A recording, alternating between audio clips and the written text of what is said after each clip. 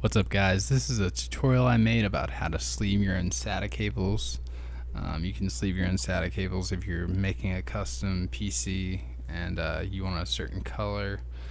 SATA cables are like one of the only things that you can't easily find in a lot of colors. I know Bitphoenix makes some for like $11. I saw them on Newegg. But for that price, I'd rather just buy some 1/4 inch pet sleeving and some 1/2 inch heat shrink, and get a heat gun and just do it myself. And I could do like 8 of them for the price of one. But thanks for watching, guys. Leave a comment if you have any questions, and make sure you subscribe. Later.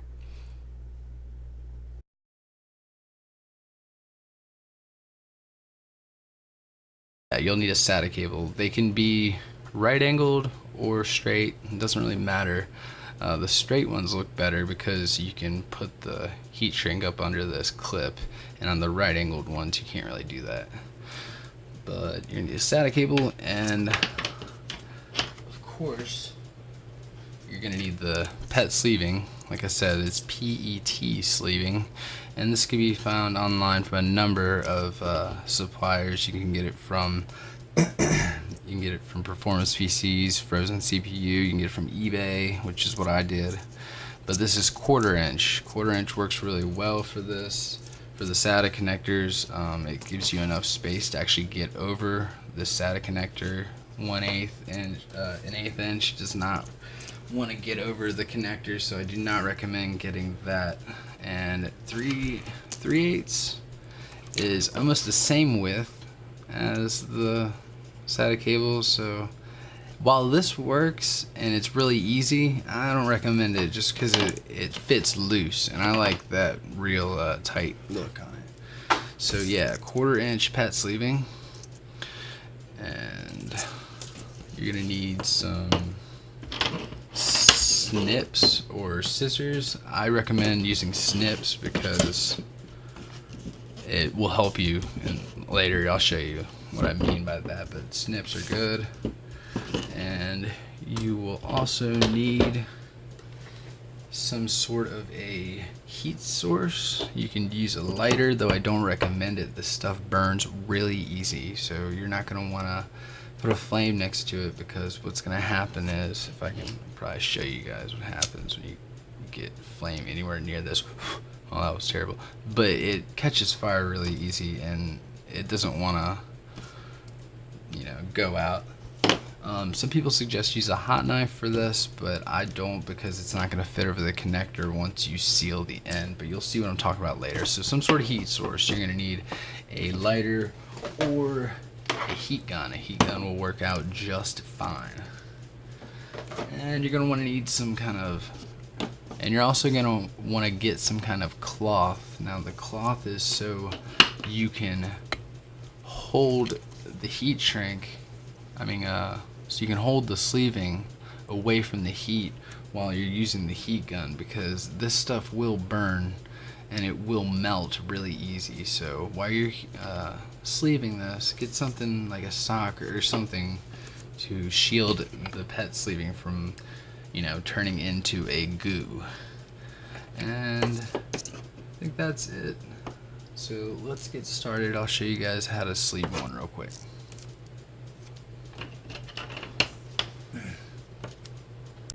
Guys, I'm going to sleeve this clear SATA cable with some white PET sleeving. And what we're going to want to do is, you're going to want to push right here and hold it and slide the connector through it. Alright. Now hold this right here like that so it doesn't fray, and grab this side and push, and then move your finger, move it, push, grab. It's kind of like an inchworm, or I don't know what you call it. Just fold it over the connector, grab it, and that end goes that way. So inchworm, inchworm, inchworm. You can see the side over there as it's moving along.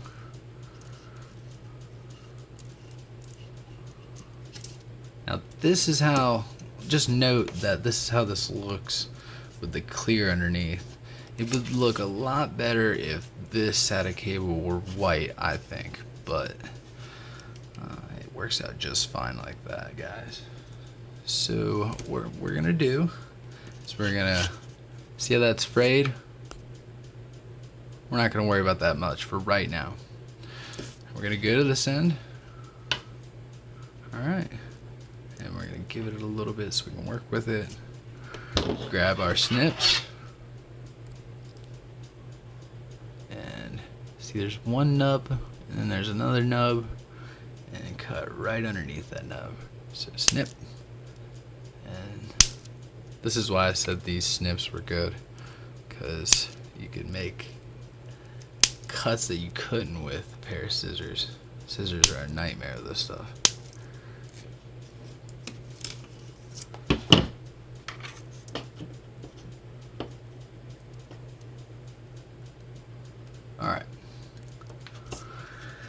Alright, so we're going to take this end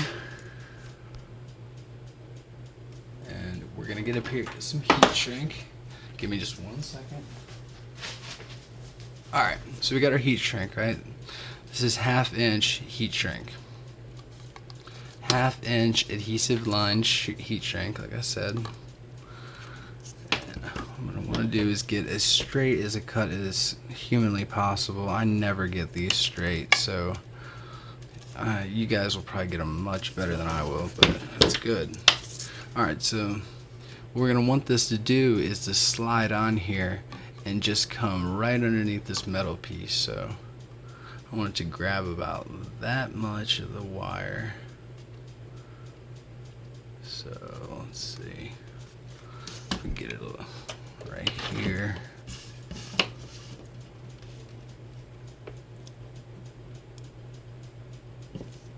Alright.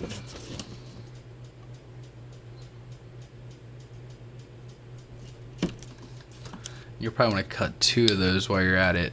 You know, measure it out and cut it.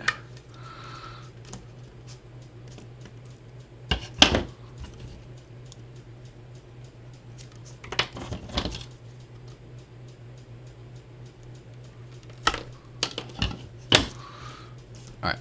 So what I like to do is to take a pair of needle nose or a pair of scissors and to expand this stuff, because it is so hard to get it over that connector. The 1/2 inch is, it's a good fit, but it's kind of hard to get over it at first. So stretch it out a little bit, and what you're going to want to do is pull this back, hold it, take the heat shrink, slide it over, and then right here, focus. Alright, take the heat shrink and slide it underneath the metal. Alright, there it goes, and there we go.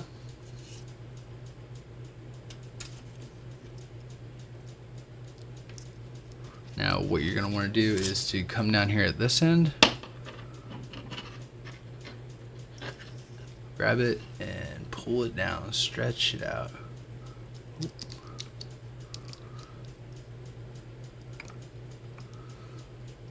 can pull this back and check on it just to make sure it's in the right spot. Yeah, because you're going to want it right there. Alright, that's perfect. Slide that right there. Alright. Grab the old rag there. And alright. This rag's going to keep this pet sleeving from getting burned and melted while we're using the heat gun. So, here we go.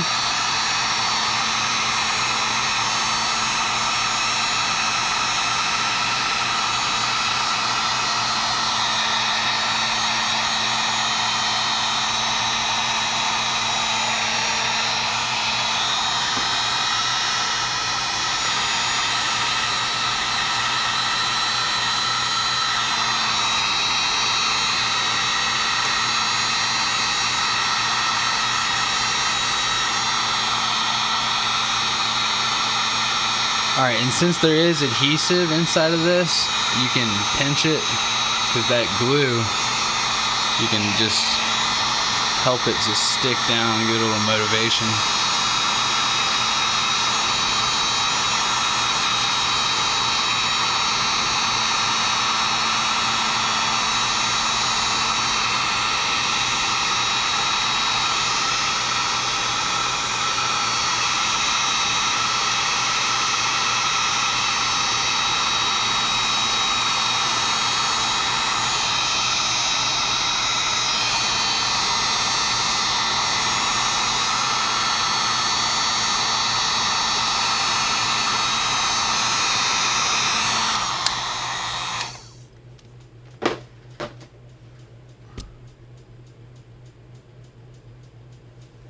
Alright, now that it's hot, just like I said, you can pinch it a little bit, but it is going to be incredibly hot.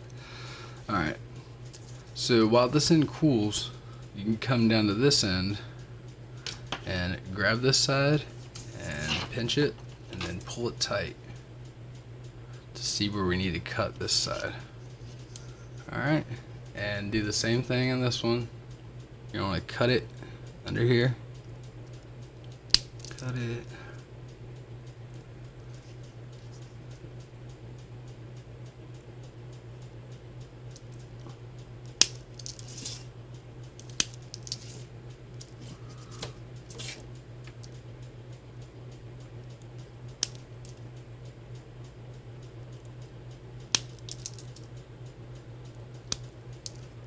Alright,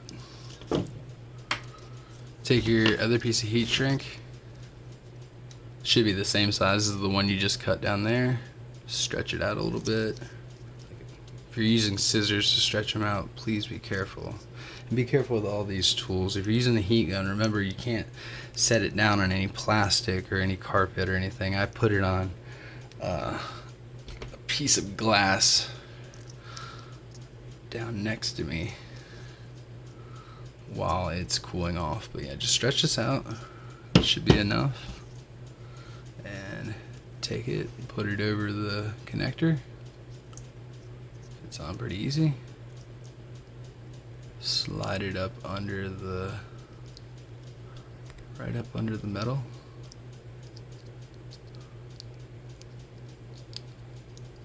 Hold on a second. There we go. And right before you heat shrink it, right before you put heat to it, come to the other side, grab it, and pull it this way. Alright, now hold it right there, get your rag. You're still going to want to hold it. You want it to be nice and tight when you put this heat on it. Alright, get your heat gun, go to work.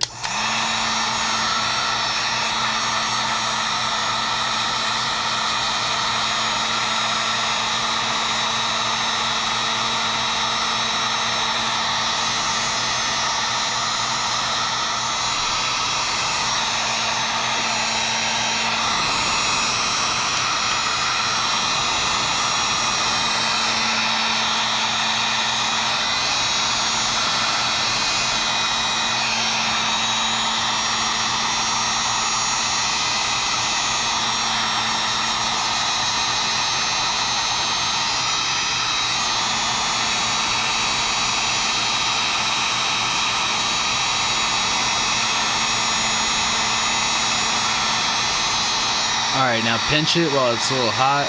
Let the glue set in.